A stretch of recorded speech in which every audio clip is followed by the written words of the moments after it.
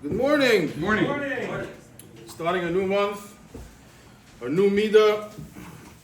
This month, the midah we're talking about is Emunah. There's something very special about the midah of Emunah. Emunah we could translate to mean faith. Something very unique about the midah of Emunah. All the other midahs that we talk about, we learned already, and we spent a while talking about the midah of Zehirus, and then the midah of Chesed. And if you look in the Mesilas Yesharim, so every midah, he goes through a few chapters telling us how one could acquire this midah. Talks about what a person could do to lose that midah. All these different midahs that we would loosely translate as character traits. It's something that we have to work on ourselves to acquire. Good midahs we have to work to acquire, and we have to make sure that we don't lose them.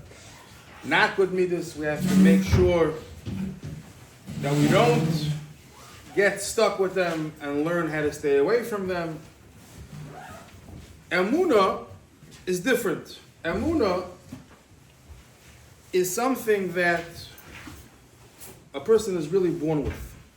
Anybody that's a Yid, anybody whose grandfather was Avram Avinu, whose neshama stood on Har Sinai, has Emunah. He has Emunah, he can't exist without it. A person has to work his whole life to strengthen his Emunah.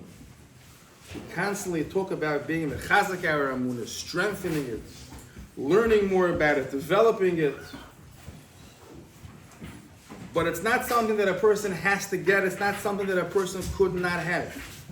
Emunah is something that a person, it's just there. And that's why I said before, the translation of Emunah, I would say, is not trust. Trust, something which you have to acquire, something which you could lose. Faith is something which is just there. But once we know that it's there, then we could take it and we could develop it and we work on it further, which Emir Hashem will continue to do throughout the coming month. Have a wonderful day. Amen.